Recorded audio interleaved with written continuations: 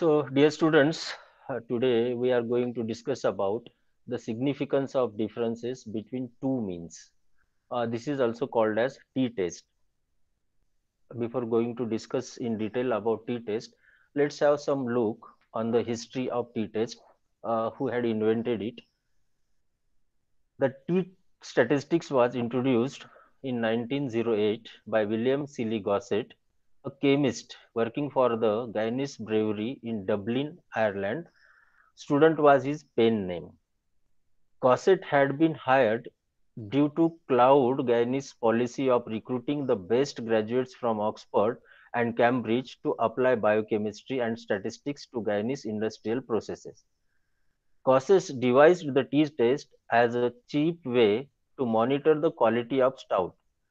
Guinness considered the use of statistics a trade secret, so he published his test under the pen name Student. Hence, the test is now often called the student's t-test. He published the test in Biometrica in 1908, but was forced to use a pen name by his employer, who regarded the fact that they were using statistics as a trade secret. In fact, Gosset's identity was known to a fellow statistician.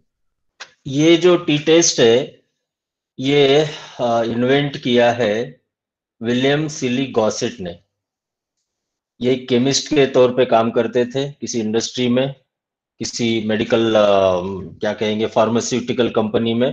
किसी data पर process करने के लिए इन्होंने ये test invent किया था और इसको पब्लिश किया गया बायोमेट्रिका नामक जर्नल में इन 1908 और इसमें धीरे धीरे और भी सुधार होते गया।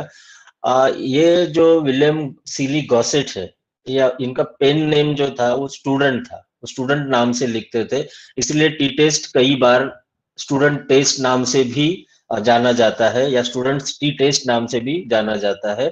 तो अगर केवल टी टेस्ट आता है या स्टूडेंट्स टी टेस्ट आता है तो कंफ्यूज होने की जरूरत नहीं, दोनों एक ही चीज है। इसमें आपके नेट के पॉइंट ऑफ व्यू से ध्यान में रखने लायक ये है कि ये 1908 और विलियम सीली गॉसेट और साथ ही साथ स्टूडेंट्स टी टेस्ट, ये तीन बातें यहाँ प्रमुख रूप से आप ध्यान में रख सकते हैं। इसके दो प्रकार है, दो प्रकार से हम टी टेस्ट को निकाल सकते हैं। पहला अनकोरिलेटेड और अनमैच्ड और इंडिपेंडेंट मीन्स। इस बारे में भी हमारी बात हुई थी लेकिन मैं फिर बताना चाहूंगा। अनकोरिलेटेड या अनमैच्ड या इंडिपेंडेंट का तात्पर्य यहाँ पर यह है कि हमारे पास दो ग्रुप है, दो भिन्न समूह हमारे पास है। We have two different groups with us. Suppose एक ग्रुप है 8th ए का और एक ग्रुप है 8th बी का। तो 8th ए में 50 स्टूडेंट्स है और 8th बी में भी 50 स्टूडेंट्स है। हम अभी तक किसी पद्धति से, या नॉर्मली हम उसे ट्रेडिशनल मेथड कहते हैं, उस पद्धति से मैथमेटिक्स को दोनों कक्षाओं को पढ़ा रहे थे। Being a teacher, as a teacher, I was teaching both the classes using traditional method, whatever maybe that traditional method is. अब मुझे ऐसा लग रहा है कि अगर मैं आईसीटी का इंटरवेंशन करता हूं, आईसीटी की मदद लेता हूं, या फिर मेरे पास कोई और एक नई स्ट्रेटेजी है, मे बी प्लेवे मेथड है, मे बी मैं उनको फील्ड में ले जाना चाहता हूं और फील्ड में ले जाना चाहता हूं या फील्ड में भेजना चाहता हूं। तात्पर्य यह है कि मैं उनको कुछ प्रोजेक्ट्स देना चाहता हूं और उसके माध्यम से वो मैथमेटिक्स कितना अच्छा सीखते हैं। तो एक तो ट्रेडिशनल पद्धति थी और दूसरी सपोज आईसीटी इंटरवेंशन वाली हमारी पद्धति है। तो एज अ टीचर या एज अ रिसर्चर मैं ये मानता हूं कि मुझे ऐसा लगता है कि आईसीटी का इंटरवेंशन अगर होगा तो मैथ्स ज्यादा अच्छे से समझ में आ सकता है। तो दिस इज माय हाइपोथेसिस, मैं ऐसा मान के चल रहा हूँ। लेकिन मेरे मान के चलने से तो कोई चीजें हो नहीं सकती, मुझे इसको रिसर्च एविडेंसेस के साथ प्रूव करना पड़ेगा। अगर प्रूव होता है तो ही मैं इन चीजों को जनरलाइज कर सकता हूँ।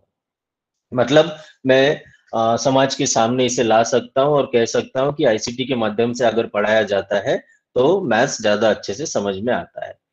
तो जब दो भिन्न ग्रुप होते हैं, अलग अलग ग्रुप होते हैं, तो जाहिर सी बात है कि उनका एक दूसरे के साथ डायरेक्ट संबंध कुछ नहीं है, that's why they are uncorrelated. और एक अनकोरिलेटेड का तात्पर्य मैं थोड़ी देर में आपको बताता हूँ। अनमैच, इधर के 50 विद्यार्थी अलग है, उधर के 50 विद्यार्थी अलग है, इसलिए मैच भी नहीं है। ये 50 विद्यार्थी इंडिपेंडेंट है और वो भी 50 विद्यार्थी इंडिपेंडेंट है, अलग अलग दोनों ग्रुप है। यहाँ अनकोरिलेटेड जो एक शब्द आया है, इसको अनकोरिलेटेड में अगर हम कोरिलेटेड शब्द पर गौर करें, स्ट्रेस दे, तो हमारे ध्यान में आता है कि यहाँ पर कहीं पे कोरिलेशन की बात है। तो एक व्यक्ति का, एक व्यक्ति के किसी कार्य का, सपोज मैं 10 घंटे पढ़ता हूँ, तो मेरे 10 घंटे पढ़ने का मेरे अचीवमेंट पे ही असर होगा, मतलब मेरा अचीवमेंट बढ़ेगा। हम मानते हैं कि ज्यादा पढ़ाई करने से अचीवमेंट बढ़ सकता है या बढ़ता है, ठीक है। लेकिन मेरे पढ़ने से किसी और विद्यार्थी का अचीवमेंट तो बढ़ नहीं सकता। इसका मतलब मेरा मेरा पढ़ना और किसी और विद्यार्थी का अचीवमेंट, इसके बीच में कभी भी कोई कोरिलेशन नहीं हो सकता। इसीलिए इस पहले प्रकार में जब दो भिन्न ग्रुप है तो उनका आपस में कोरिलेशन नहीं होगा, that's why this type is also called as uncorrelated. Okay, unpaired भी इसे एक और नाम है, फोर्थ नेम इज अनपेयर्ड। तो इसमें जैसे मैंने कुछ देर पहले कहा कि हमें हमारे रिजल्ट को जनरलाइज करना है। सो जनरलाइज करने के लिए हमारे पास स्टैटिस्टिकल एविडेंसेस होने चाहिए, रिसर्च एविडेंसेस होने चाहिए, जिन आधार पर हम कह सके कि मैंने जो पद्धति अपनाई थी ये पद्धति पहले पद्धति के मुकाबले ज्यादा कारगर है, ज्यादा असरदार है, ज्यादा अच्छी है। ठीक, तो इसके लिए मुझे कुछ डेटा कलेक्ट करना होता है। सो मेनली यहाँ पर डेटा क्या होगा? डेटा किसी टेस्ट के माध्यम से प्राप्त हुए प्राप्तांक होंगे। जो स्कोर एक टेस्ट के लेने के बाद विद्यार्थियों को मिलते हैं, वो इनिशियल डेटा मेरे पास होगा। सो इधर 50 विद्यार्थी है, 50 विद्यार्थी है, दूसरे क्लास में भी 50 विद्यार्थी है। तो मैंने पहले ग्रुप को, दैट इज 8A को, इस ग्रुप को हम कंट्रोल ग्रुप भी कहते हैं, क्योंकि इसके ऊपर हम कोई ट्रीटमेंट नहीं दे रहे हैं। दूसरा ग्रुप 8B, उनको हम ट्रीटमेंट दे रहे हैं, उनको हम आईसीटी की मदद से पढ़ा रहे हैं। That's why that our group is experimental group, हम उसको एक्सपेरिमेंटल ग्रुप कहते हैं और पहले ग्रुप को हम कंट्रोल ग्रुप कहते हैं। ठीक, तो मैंने कंट्रोल ग्रुप को एक पद्धति से पढ़ाया और जो एक्सपेरिमेंटल ग्रुप था, दैट इज क्लास 8B, उसको मैंने आईसीटी की पद्धति से पढ़ाया, आईसीटी इंटरवेंशन करके मैंने पढ़ाया। ठीक, अब ये पढ़ाने का जो मेरा ड्यूरेशन था वो रफली 1 महीना था, और 1 महीने के बाद मैंने दोनों की टेस्ट ली। तो 8A के भी मेरे पास 50 स्कोर्स आएंगे, 8B के भी मेरे पास 50 स्कोर्स आएंगे। फाइनली मैं इन स्कोर्स के आधार पर दोनों का मीन निकालूंगा, मतलब मेरे पास 2 मीन आ गए हैं। इसीलिए आप इस हेडिंग में देख रहे हैं अनकोरिलेटेड और अनमैच्ड और इंडिपेंडेंट, या दूसरी पद्धति भी अगर आप कहते हैं तो यहाँ सामने मीन्स आ रहा है। जो सिग्निफिकेंट डिफरेंस हम निकालना चाहते हैं वो इन मीन्स के दरमियान निकालना चाहते हैं, इन दो मीन्स के दरमियान निकालना चाहते हैं, जो हमारे पास कंट्रोल ग्रुप का एक मीन था और एक्सपेरिमेंटल ग्रुप का एक और मीन था। तो दोनों के मीन जो भी आते हैं, उन मीन्स के दौरान ऐसा डिफरेंस है क्या, मतलब सिग्निफिकेंट डिफरेंस है क्या, जिसे हम जनरलाइज कर सके और किसी टेस्ट के आधार पर उसको हम टेस्टिफाई कर सके, और उसके बाद हम जनरलाइज कर सके और हम कह सके कि नहीं, मेरी पद्धति ज्यादा कारगर है। ठीक, तो इसके लिए जाहिर सी बात है कि टी टेस्ट का इस्तेमाल किया जाता है। जब भी कभी दो मीन्स होंगे हमारे पास तो हम टी टेस्ट के लिए जाएंगे। जैसे जैसे मीन्स की संख्या बढ़ते जाएगी, मीन्स की संख्या कैसे बढ़ेगी? सपोज मैंने मेरे स्टडी में 8A, 8B, 8C, 8D, 8E ऐसे 5 सेक्शन लिए।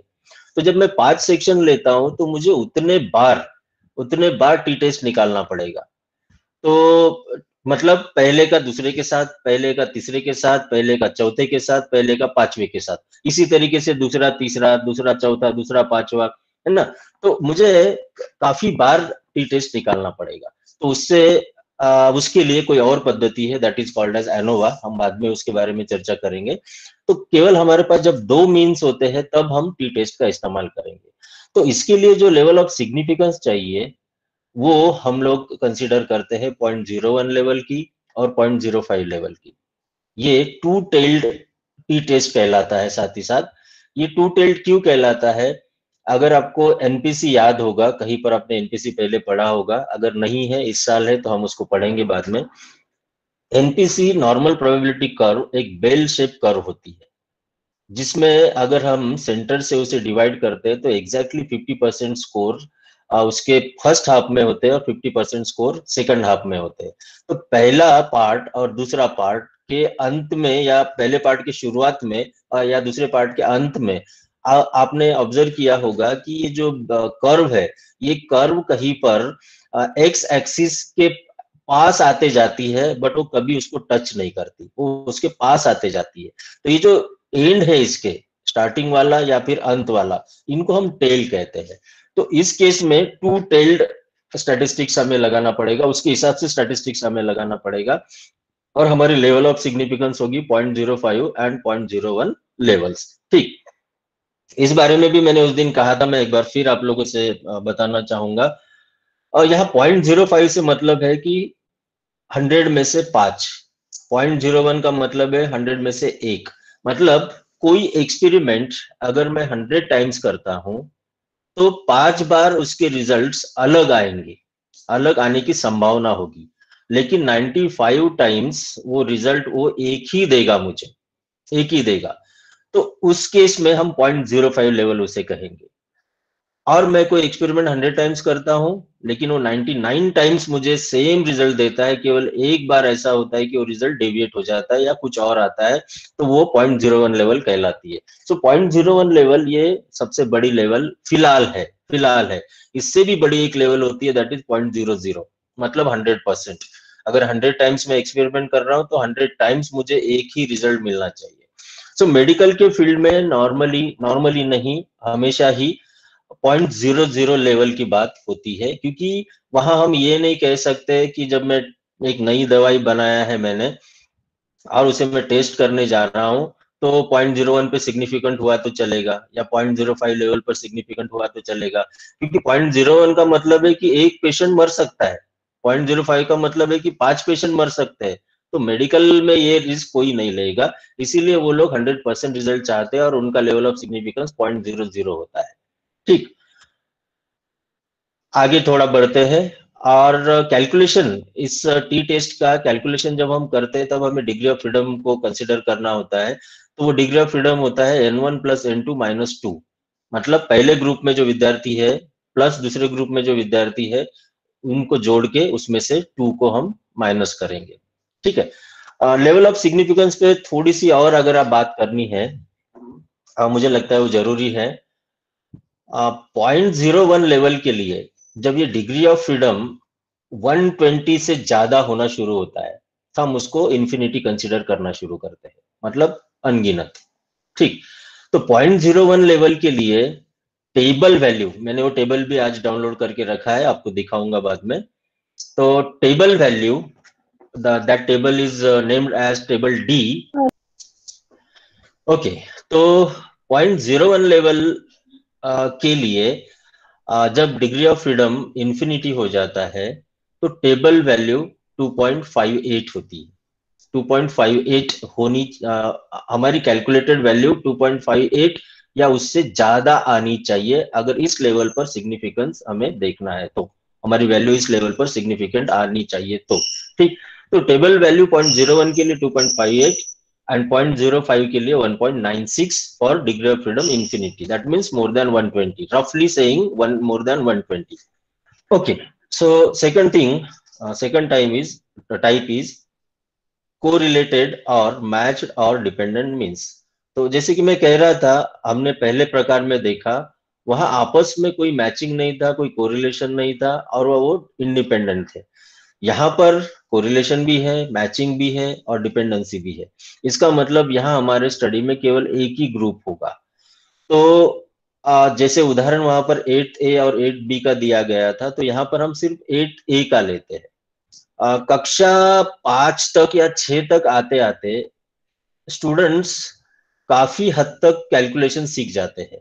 सब्ट्रैक्शन हो या एडिशन हो या मल्टीप्लिकेशन हो या डिवीजन हो, हम मानते हैं आइडियल सिचुएशन में काफी हद तक स्टूडेंट ये कैलकुलेशन अच्छे से समझ जाते हैं और कर भी पाते हैं। तो मैं क्या करता हूँ, एक कैलकुलेशन से रिलेटेड एक टेस्ट लेता हूँ। तो 50 स्टूडेंट ने उस टेस्ट को लिया, सॉल्व किया, उनके स्कोर मेरे पास आ गए और मैं उसका मीन निकाल के रख देता हूँ। मुझे ऐसा लगता है, मेरा एक ऐसा अनुभव है कि विद्यार्थी कैलकुलेशन तो कर रहे हैं लेकिन इसमें इनका समय बहुत ज्यादा जा रहा है, समय के साथ साथ गलतियां भी कर रहे हैं।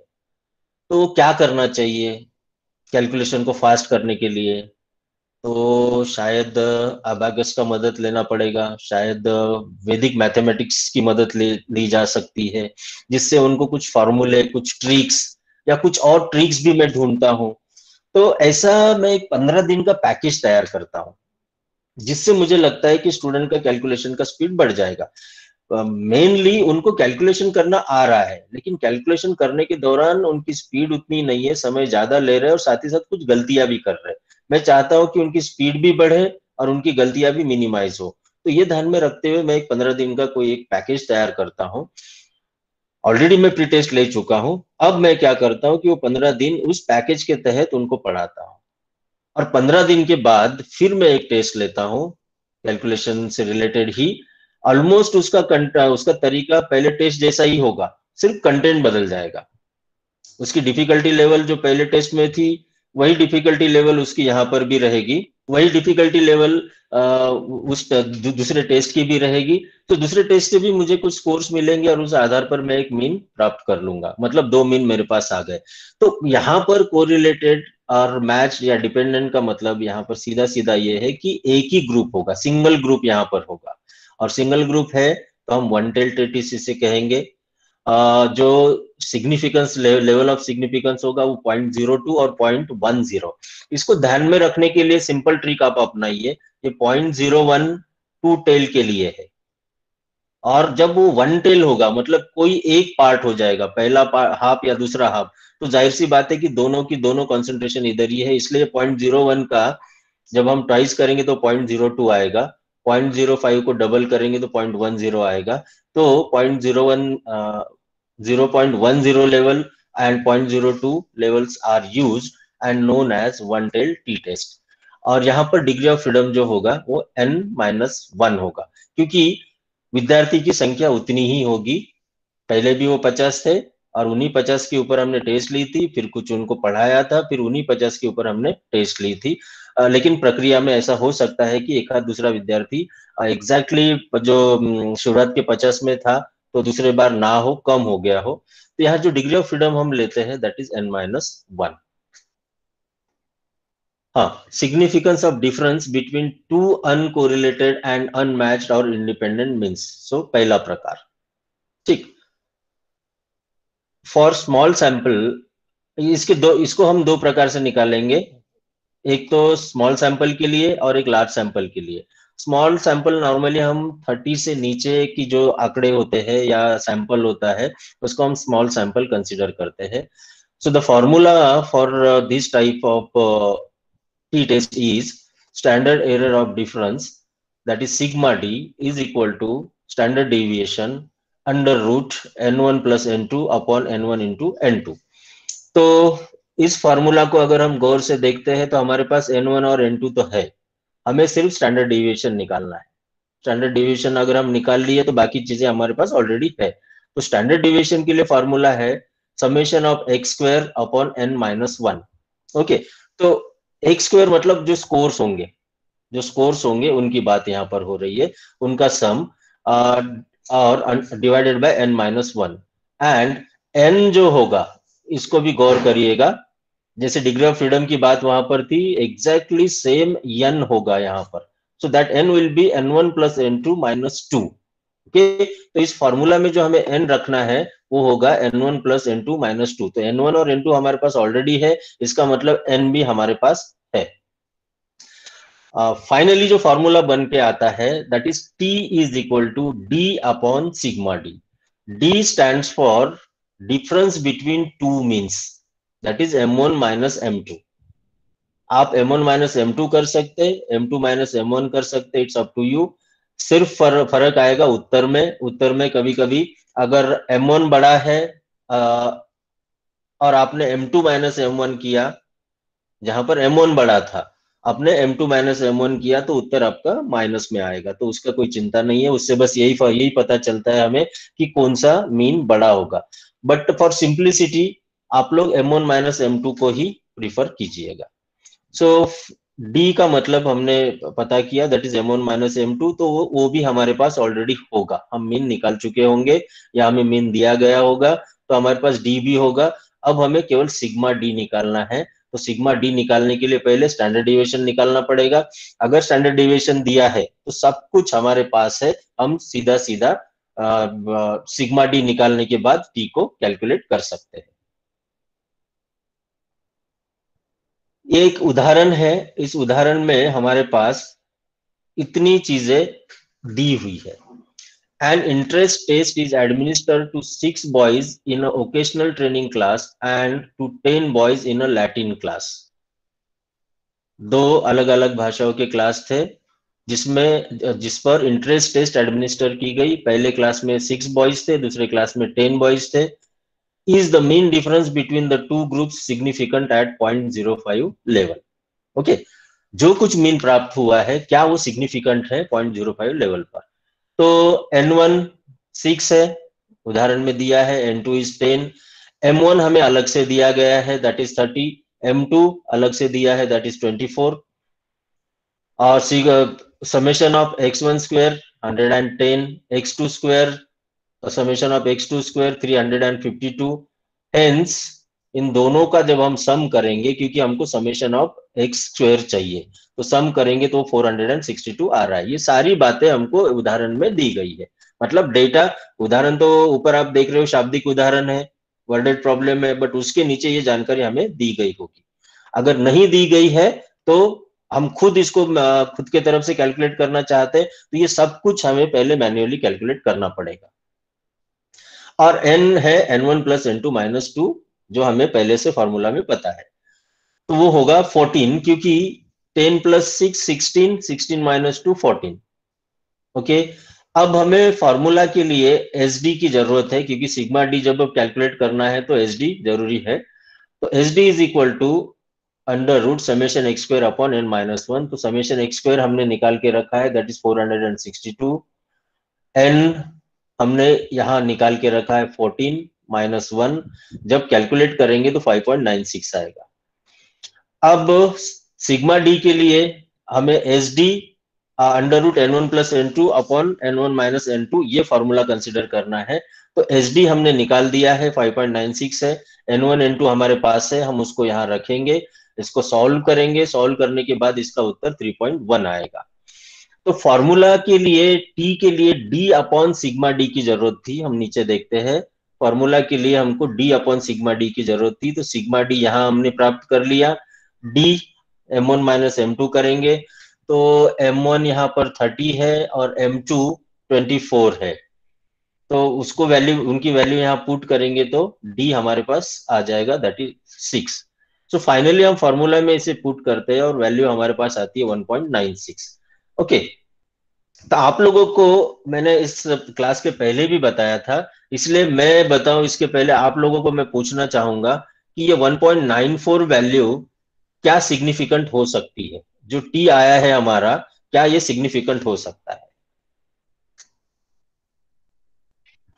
नो नहीं सर। होगा, नहीं होगा, क्यों? सर ये 2.58 से कम है सर, इसलिए 2.58 से कम है इसलिए। ये सर 0.05 लेवल पे सिग्निफिकेंस चेक करके सर 2.58 आना चाहिए, मतलब नहीं उससे ज्यादा। नहीं नहीं, 0.01 लेवल के लिए 2.58 या उससे ज्यादा चाहिए। 0.01 लेवल के लिए, 0.05 लेवल के लिए क्या चाहिए?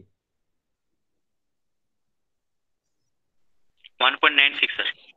1.96 चाहिए, ठीक है, ठीक है, 1.96 चाहिए, बिल्कुल सही बात है।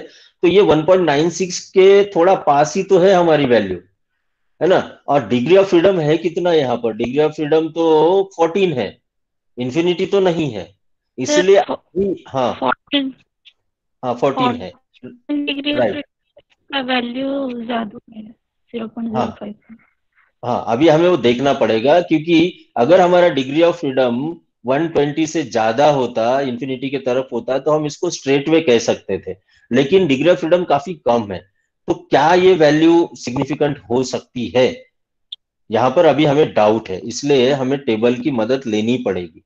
तब हमने डिग्री ऑफ फ्रीडम इंफिनिटी की बात की थी, क्योंकि उसकी वैल्यू तो हमें पता है, वो होती है 1.96। ठीक है, तो ये 1.96 से हमारा 1.94 थोड़ा सा ही कम है, थोड़ा सा ही कम है। तो हमें थोड़ा था कि 14 डिग्री ऑफ फ्रीडम के लिए 0.05 लेवल पर टेबल वैल्यू ये 1.96 से कम होगी या ज्यादा होगी, ये डाउट हमें था। लेकिन जब हम टेबल डी पर जाते हैं और for 14 degree of freedom the value of 0.05 level is 2.14, ये पाते हैं, हम पाते हैं कि 14 डिग्री ऑफ फ्रीडम के लिए 0.05 लेवल पर जो वैल्यू है टेबल पे वो 2.14 है। तो इससे क्या कंक्लूड कर रहे हैं आप, इससे क्या निष्कर्ष निकल सकता है? सर अभी सर नो सिग्निफिकेंस होगा सर, क्योंकि उससे कम है हमारा जो कैलकुलेटेड वैल्यू है। ओके, हाँ एक चीज है, एक चीज है, वो तो है ही, क्लियर क्लियर है। और क्या भविष्य के लिए हम लोग किस बात को ध्यान में रख सकते हैं तो अगर टेबलेटेड हमारे वैल्यू पास टेबल नहीं है? अगर टेबल नहीं है सपोज, तो हम क्या गेस कर सकते, क्या अंदाजा लगा सकते हैं? तो थोड़ा सा भी कम हो तब भी सर वो सिग्निफिकेंस नहीं होगा। ओके, हाँ चलो मैं अपने तरफ से बताता हूं। देखिए डिग्री ऑफ फ्रीडम इंफिनिटी जब है तो हाँ, कोई बोलना चाहता है? सर हाँ सर, मैं बोलना चाह रहा हूँ क्योंकि यहाँ पे हमारा अभी तक यानी कौन सा टेस्ट है वो हम डिफाइन नहीं कर रहे हैं, मतलब single test, one tail test या टू टेल टेस्ट। तो पहले उसको अगर हम डिफाइन कर पाएंगे, उसके बाद हम टेबल वैल्यू देखेंगे डी का टेबल वैल्यू क्या है, उसके बाद हमारा जो कैलकुलेटेड वैल्यू है उसको हम कंपेरिजन करेंगे, उससे ज़्यादा हो रहा है और सिंगल टेस्ट है तो सिग्निफिकेंस होगा, राइट सिग्निफिकेंस और मतलब राइट साइड क्या राइट साइड यानी राइट साइड टेल टेस्ट होता है और लेफ्ट साइड सर। तो उस हिसाब से पहले हम यहाँ पे अभी तक डिफाइन नहीं किए कि ये तुम्हारा कौन सा टेस्ट है, सिंगल टेस्ट या डबल टेस्ट और राइट हैंड वाला या लेफ्ट हैंड वाला। सर उसके सर ये बाद ही हम टेस्ट डिसाइड करेंगे कि सिग्निफिकेंस है या नहीं। सर शायद ये टू टेल टेस्ट है, क्योंकि सर वहाँ पे जो n equal to L1 plus L2 minus 2 तो ऑलरेडी दे दिया है ना सर।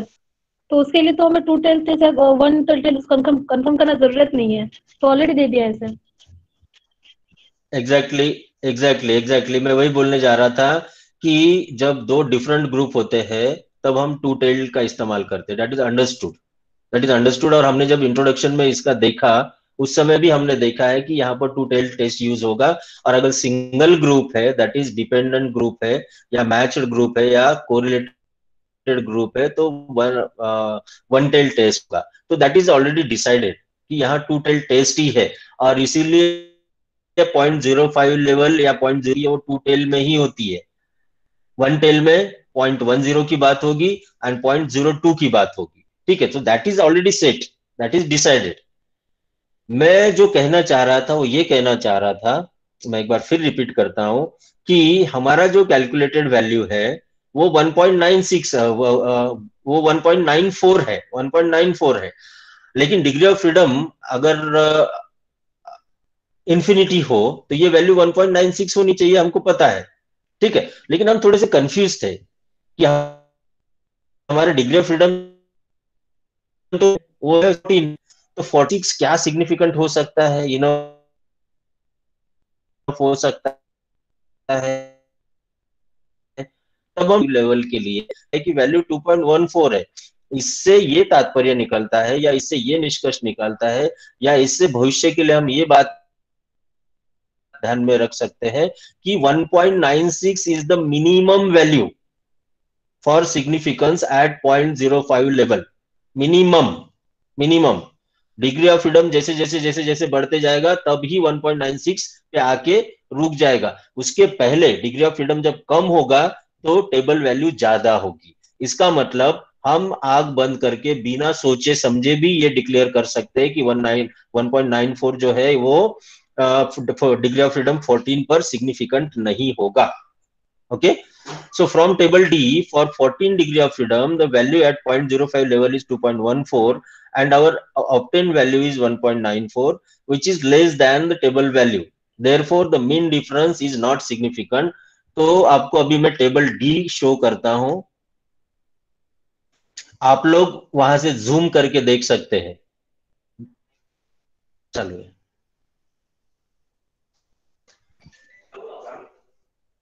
आप वहां से जूम करके देख सकते हैं।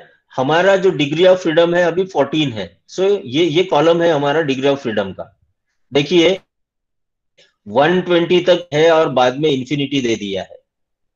120 तक लेके गए, तो 120 तक अगर है तो हम इसको देख सकते हैं। और आप इंफिनिटी पे भी जाके देखिए, बहुत अंतर कम होते जा रहा है, बहुत अंतर कम होते जा रहा है।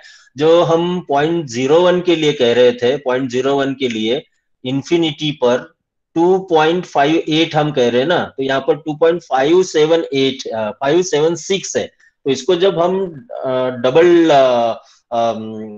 डेसिमल के बाद 2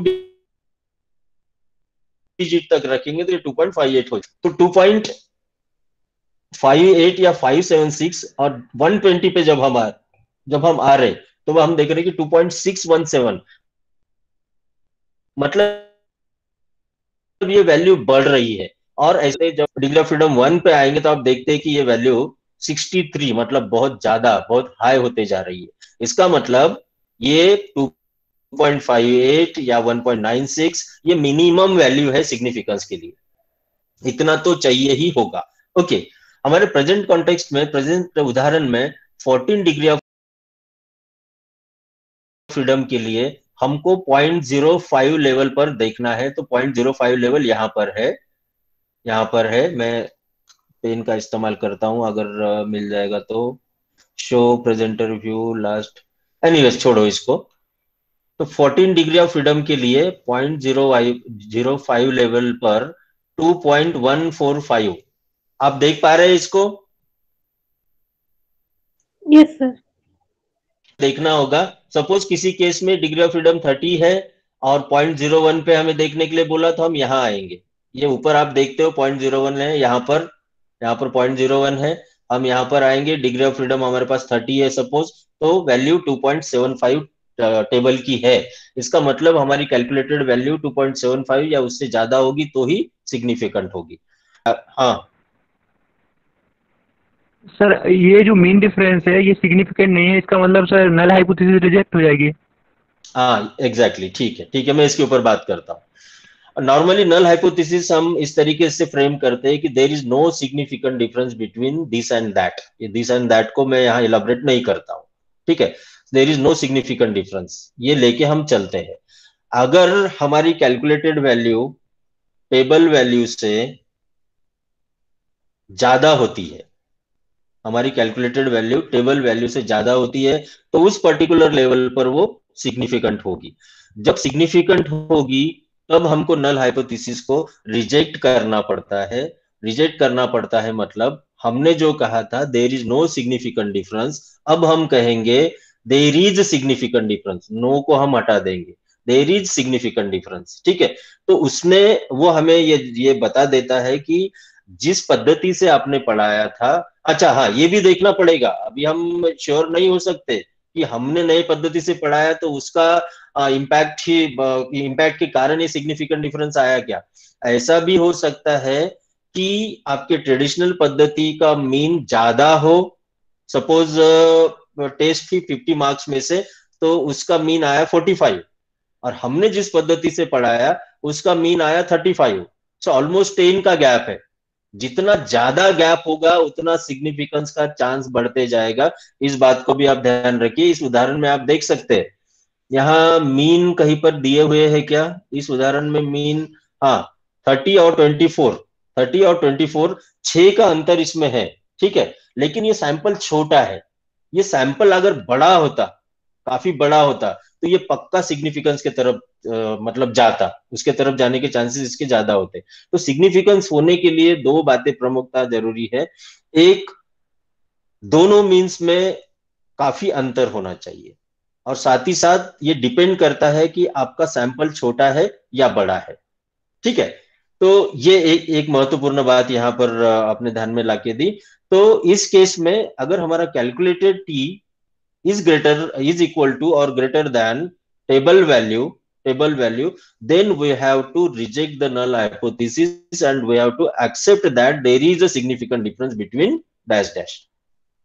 इस केस में हम एक्सेप्ट करेंगे, हम कहेंगे, हम अगर जो भी हाइपोथेसिस हमने बनाया था कि यहाँ लिखा है ना, is the mean difference between the two group significant at 0.05 level, हम कहेंगे no, the mean difference between the two group is not significant at 0.05 level. अच्छा, उस दिन मैंने एक बात और कही थी कि कोई वैल्यू अगर 0.05 लेवल पर सिग्निफिकेंट नहीं है तो क्या वो 0.01 लेवल पर सिग्निफिकेंट होगी? हो भी सकता है और नहीं भी हो सकता है सर. नहीं, सोच के नहीं सर, नहीं होगा, सोच के बात करना है. नहीं होगा. एग्जैक्टली नहीं होगा, 5% नहीं होगा सर. मतलब एक्सट्रीम लेफ्ट में या एक्सट्रीम राइट में होगा सर. अगर 5% मतलब उससे पहले ही 5% आ रहा है, तो अगर 5 में नहीं हो रहा है तो होने का चांस ही नहीं है.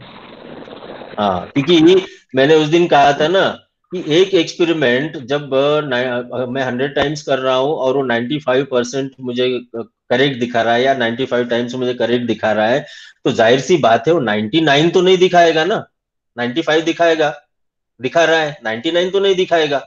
इसका मतलब कोई वैल्यू 0.05 पे सिग्निफिकेंट नहीं है तो वो 0.01 पे तो पक्की नहीं होगी. ये सोचना ही बेवकूफी होगी, गलत होगा. ठीक. हाँ, कोई वैल्यू 0.05 लेवल पर सिग्निफिकेंट है तो क्या वो 0.01 लेवल पर सिग्निफिकेंट होगी? It may not. वो कब होगी? अगर वो 2.58 से ज्यादा है या उतना 2.58 के बराबर है तो वो सिग्निफिकेंट हो सकती है. अगर वो सिंपली 2 है तो 0.05 पे तो सिग्निफिकेंट हुई, लेकिन 0.01 पे नहीं होगी क्योंकि 0.01 के लिए 2.58 चाहिए था. ठीक. इसी तरीके से अब मैं सिर्फ सवाल भी मैं ही पूछ रहा हूँ, जवाब भी मैं ही दे रहा हूँ कि 0.01 पे अगर कोई वैल्यू सिग्निफिकेंट है तो क्या वो 0.05 पे होगी? तो वो होगी. क्यों होगी? क्योंकि जब 99 टाइम्स वो सही रिजल्ट दे रहा है तो 95 टाइम्स तो सही रिजल्ट देगा ही ना. That is understood. ओके. तो कोई वैल्यू 0.01 पे सिग्निफिकेंट है तो 0.05 पे होगी. इसीलिए अगर आपका कैलकुलेटेड वैल्यू 0.01 पे सिग्निफिकेंट आता है तो निष्कर्ष में या एनालिसिस में या इन्फरेंस में ये लिखने की जरूरत नहीं है कि this value is also significant at 0.05 level. Once it is significant at 0.01 level, it is obvious that that particular value is significant at 0.05 level also. Okay. So let me move further. Now significance of difference between two uncorrelated or same पद्धति large sample के लिए. So formula आपके screen पर है. Standard deviation, that is sigma d, is equal to under root sigma 1 square upon standard error of difference, that is sigma d, is equal to under root sigma 1 square upon n1 plus sigma 2 square upon n2 or under root sigma m1 square plus sigma m2 square, where sigma m1 and sigma m2 the standard error of the mean of first and second sample. Formula उसी तरीके से है, इसमें भी हमको पहले sigma D को calculate करना पड़ेगा. हाँ, तो फॉर्मूला हमारा टी का वही है जो पहले था, तो इसमें सिग्मा डी को हमें कैलकुलेट करना है. डी हमें पता है क्या है. अब ये एग्जांपल है हमारे पास. In a study of abstract reasoning, a sample of 83 12th grade boys and sample of 95 12th grade girls scored as shown below, would the difference is significant. ठीक है, डेटा आपके पास दिया है, ये n1 है, n2 है, m1 है, m2 है, सिग्मा 1 है, सिग्मा 2 है. थोड़ा फास्ट जा रहा हूं मैं अभी. तो इस फॉर्मूला के लिए जो कुछ आपके पास चाहिए था वो आपको पता है. This is sigma 1, this is sigma 2. ठीक. और n1 n2 भी आपको दिया हुआ है, तो हम फॉर्मूला में उसको पुट कर रहे हैं. और एक सेकेंड, फॉर्मूला यहाँ कुछ गलत लिखा क्या? हाँ, थोड़ा गलत हुआ है. यहाँ सिग्मा 2 स्क्वायर चाहिए था. ओके, सिग्मा 2 स्क्वायर चाहिए था, यहाँ पर सिग्मा चाहिए था n के जगह पे. तो सारी वैल्यूज आपके पास है, आप उसको फॉर्मूला में रखेंगे तो आंसर 1.46 आएगा, d 1.17 आएगा. Finally t is equal to d upon sigma d जब कैलकुलेट करेंगे तो 1.17 आएगा. ऑब्वियस है, अभी अभी हमने देखा है कि कम से कम 1.96 होना चाहिए, तो नहीं है. So from table D for 176 degree of freedom 95 plus 83 करेंगे और वो आएगा 179, उसमें से 2 माइनस करेंगे तो 176 degree of freedom. The value at 0.05 level is 1.96. and our obtained value is 1.17, which is less than the table value. Therefore, the mean difference is not significant. Okay, I suppose this is very clear. पहले पे हमने काफी चर्चा की है, इस पर अभी इतनी जरूरत नहीं है.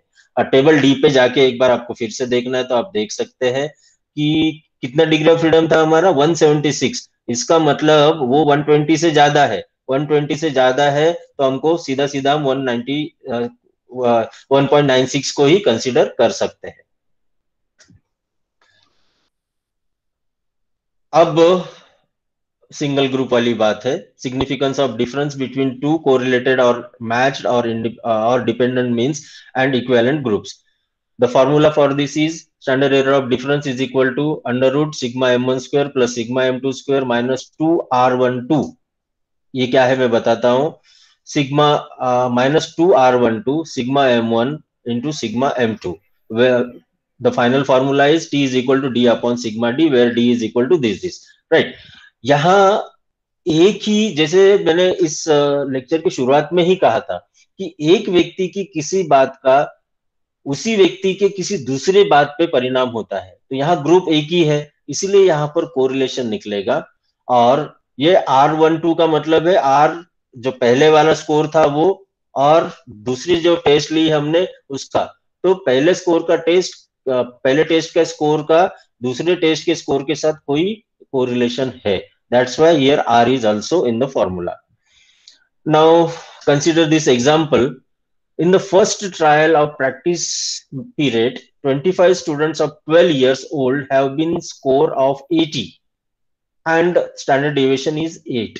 Okay, ट्रायल शुरू किया था. पहले ट्रायल में 25 विद्यार्थियों ने वो ट्रायल लिया जिनकी एज 12 साल की थी. उनका final score, that means mean score हमारे पास आया है 80 एंड स्टैंडर्ड डेविएशन है 8. Upon a digital symbol learning test on the 10th trial, ऐसे करते करते 10 ट्रायल हुए और 10वें ट्रायल में क्या स्कोर है? The mean is 84 and standard deviation is 10. The r between the scores on the first and 10th trials is 0.40. हम लोग जानते हैं ना कि किसी भी खेल को जब हम शुरुआत में खेलना शुरू करते हैं पहले बार, और धीरे धीरे जैसे समय बीतता है तो पहले दिन के खेल में और कुछ समय के बाद के खेल में अंतर आता है. वैसे ही इन लोगों ने ट्रायल ली और पहले ट्रायल का जो स्कोर था वो रिकॉर्ड किया और 10वें ट्रायल का स्कोर रिकॉर्ड किया. Our hypothesis is that practice leads to gain. हमारा ये हाइपोथेसिस है कि practice leads to gain. Is the gain in score significant at 0.10 level and also at 0.02 level. Okay, ये पूछ रहे हैं कि जबकि सिंगल ग्रुप है तो लेवल ऑफ सिग्निफिकेंस अब यहां पर बदल गई है. सो देखते हैं क्या हो रहा है. सब कुछ वैल्यू वहां पर दी हुई है. फॉर्मूला इस तरीके से है. तो फॉर्मूला में हमको सिग्मा m1 स्क्वायर निकालना है, मतलब सिग्मा m1 निकालना है, जिसके लिए formula sigma 1 upon under root n. Values put करेंगे, 1.6 आएगा. सिमिलरली ये भी 2 आएगा. आर हमको दिया हुआ है, वो सारी वैल्यूज हम यहाँ पर पुट करेंगे. अब इसको थोड़ा आराम से देख लेंगे तो ध्यान में आ जाएगा आपके, या हो सकता है अभी भी ध्यान में आ गया हो. तो एसीडी हमारे पास आ गया. डी m1 माइनस m2 था, दूसरे का 80 मीन था, तो डिफरेंस 4 हो गया. D upon sigma d 4/2, that is equal to 2. Okay, अब here we use one tail test. Since there are 25 students, means 25 pairs of scores. So degree of freedom becomes n minus 1. That is 25 minus 1 is equal to 24. From the table D, the value for 24 degree of freedom is 2.49 at 0.02. 0.02 पे 24 degree of freedom हम देखते हैं. पहले तो 24 degree of freedom पे आते हैं, फिर हमको वैल्यू कहा बताया गया है 24 पर. एक तो हमें देखना है 0.10 पर, वो 1.7 है, और फिर हमें जाना है 0.02 लेवल पर, वो 2.4 है. ठीक है. हाँ, तो from table D the value for 24 degree of freedom is 2.49 at 0.02 level and 1.71 at 0.10 level. इसका सिंपल सा मतलब है कि हमारी कैलकुलेटेड वैल्यू जो 2 है 2, ये 0.10 लेवल के टेबल वैल्यू जो कि 1.71 है उससे बड़ी है, इसीलिए सिग्निफिकेंट होगी 0.10 पर। लेकिन 0.02 के लिए 2.49 टेबल वैल्यू है, जिससे कि हमारी कैलकुलेटेड वैल्यू छोटी है, इसलिए 0.02 लेवल ऑफ सिग्निफिकेंस पे सिग्निफिकेंट नहीं होगा। So our obtain t is 2 which is greater than 1.71 and therefore significant at 0.10 level. However, it is less than 2.49, therefore not significant at 0.02 level. I suppose this is clear. और बस इसके लिए इतना ही था।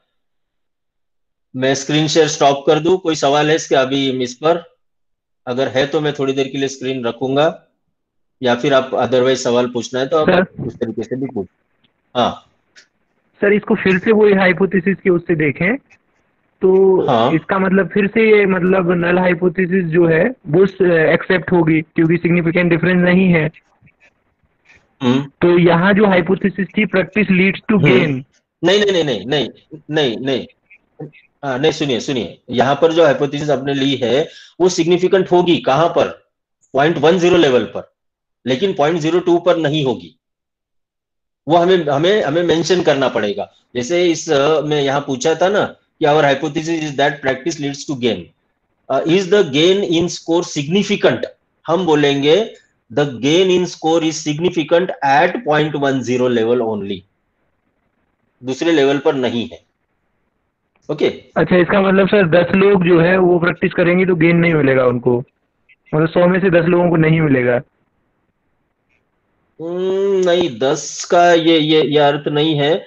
मतलब उनका ये कहना है कि शायद आपको और ट्रायल्स बढ़ाने पड़ेंगे, और जितने ज्यादा ट्रायल्स होंगे तब जाके वो 0.02 लेवल पर सिग्निफिकेंट होगा। अच्छा, अभी फिलहाल सिग्निफिकेंट है, ये तो पता चल गया, कि कुछ प्रयास के बाद जो डिफरेंस है वो सिग्निफिकेंट आ रहा है। लेकिन कौन से लेवल पे आ रहा है? जो छोटी लेवल है उस पे। जो बड़ी लेवल है 0.02 वाली, उसके लिए चाहिए तो हमें और मेहनत करनी पड़ेगी। मतलब सिग्निफिकेंट डिफरेंस तो आ रहा है। ओके ठीक है सर। कोई सवाल इस पर अभी कि स्क्रीन, हाँ, या स्क्रीन शेयरिंग बंद करूं? सर R12 क्या है फॉर्मूला में? R12 जो था वो रिलेशनशिप है पहले वेरिएबल में और दूसरे वेरिएबल में। R12 ऐसे कभी कभी जब मल्टीपल कोरिलेशन की बात आती है उस समय हमारे पास 3 वेरिएबल भी हो सकते हैं। तो R123 इसमें ऐसा भी होता है, R12.3 या R1.23, जिसमें 1 को हम कांस्टेंट कर रहे, 2 3 का देख रहे। तो वो मल्टीपल कोरिलेशन के बारे में जब चर्चा होगी आपके इसमें, अगर सिलेबस में है तो उस समय हम उसको डिटेल बता सकते हैं। सो 1 2 इज नथिंग बट 2 वेरिएबल्स। पहले को हम 1 कह रहे, दूसरे को दूसरा कह रहे। सर वो वैल्यू हमको दिया होगा क्योंकि कैलकुलेट तो करना नहीं है ना। हाँ, वो तो आपको एग्जाम्पल में दिया था।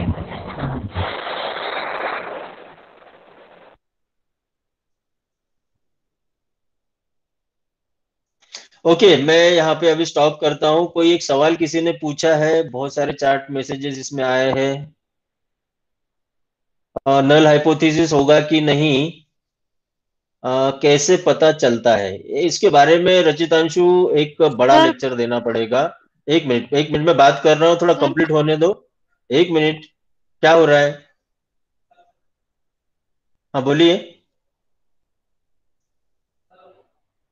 बोलिए अब। सर मतलब जहाँ पे वैल्यू सिग्निफिकेंट होगी वहां पे हमारा नल हाइपोथेसिस रिजेक्ट हो जाएगा, और जहाँ पे सिग्निफिकेंट नहीं होगी वहां पे एक्सेप्ट करना होगा। एक्सेप्ट होगा, राइट राइट राइट, सही है। अभी एक्चुअली मैं रचितांशु की बात पे बात कर रहा था, उसी समय आप लोग सर मत करिए प्लीज, एक बात को कंप्लीट होने दीजिए, फिर आपके सवाल पे हम आएंगे, ठीक है? क्योंकि अभी मैंने जितनी बात की थी वो फिर मुझे दोहरानी पड़ेगी।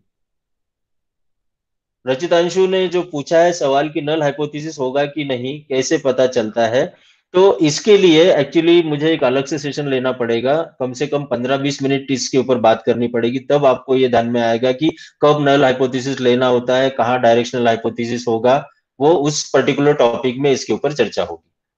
ठीक है, हाँ, और कोई सवाल?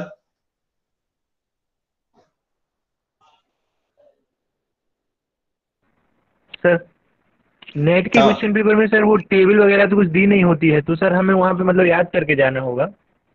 हाँ, एक्चुअली नेट के इसमें वो टेबल उस तरीके से वो पूछेंगे भी नहीं आपको। मैंने जो एक अंदाजा बताया ना कि डिग्री ऑफ फ्रीडम जब इन्फिनिटी होता है, वो 2 वैल्यू तो आपको याद रखनी है, बाकी किसी को याद रखने की जरूरत नहीं है, सर मैं उतना डिटेल कोई। हाँ एक क्वेश्चन शेयर करूँ क्या सर? हाँ, एक एक स्क्रीन शेयर करके सर एक क्वेश्चन शेयर करूंगा, उसको बताएंगे क्या सर आप कैसे करेंगे?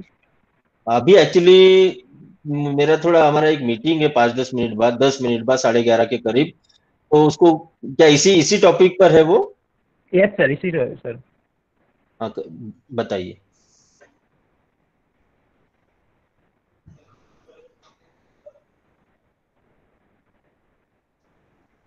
सर ये है।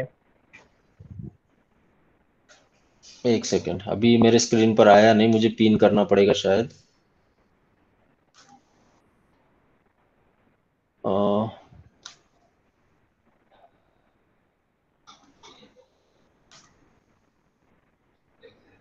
Okay,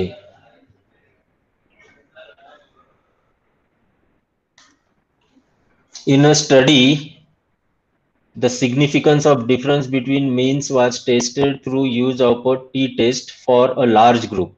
The value of t being 2.10, what will be the decision warranted in respect of n0 null hypothesis? ठीक है, the will be retained, the H0 will be rejected. अच्छा 2.10 है ना, तो will be rejected at 0.01 level of significance. Second तो सही है अभी। The null hypothesis will be rejected at 0.05 level. No, ये गलत है। The null hypothesis will be rejected at both. No, second is the right answer, B वाला। लेकिन sir इसका जो आंसर है वो सर सी आ रहा है। नहीं, वो गलत है, गलत है, वो 100% गलत है। क्योंकि देखिए सी में क्या कह रहा है कि the null hypothesis will be rejected जब जब 2.10 है, मतलब 1.96 से ज्यादा है ना। डिग्री ऑफ फ्रीडम का कोई जिक्र यहाँ पर किया नहीं। एक बार अगर हम क्वेश्चन को फिर से भी पढ़ते हैं, in a study the significance of difference between means was tested through use of T test for a large group. Large group बोल दिया मतलब डिग्री ऑफ फ्रीडम इन्फिनिटी हो गया, लार्ज ग्रुप जैसे ही कह दिया। ठीक है, the value of t being 2.10 है ना। So what will be the decision warranted in respect of null hypothesis. तो जाहिर सी बात है ये 2.58 से कम है, लेकिन 1.96 से ज्यादा है। जब 1.96 से ज्यादा है, इसका मतलब 0.05 पर तो सिग्निफिकेंट है वो। लेकिन सी क्या कह रहा है, the null hypothesis will be rejected. Oh sorry, yes, you are right, you are right. Sir significant है तो रिजेक्ट यस, होगा ना? हाँ रिजेक्ट होगा, yes, c is the correct answer, c is the correct answer, right right. मैं actually significance की बात पर ही रुका था, इन्होंने आगे आगे की बात कह दी कि सिग्निफिकेंट है तो उसको हम रिजेक्ट करेंगे। सी इज द राइट आंसर।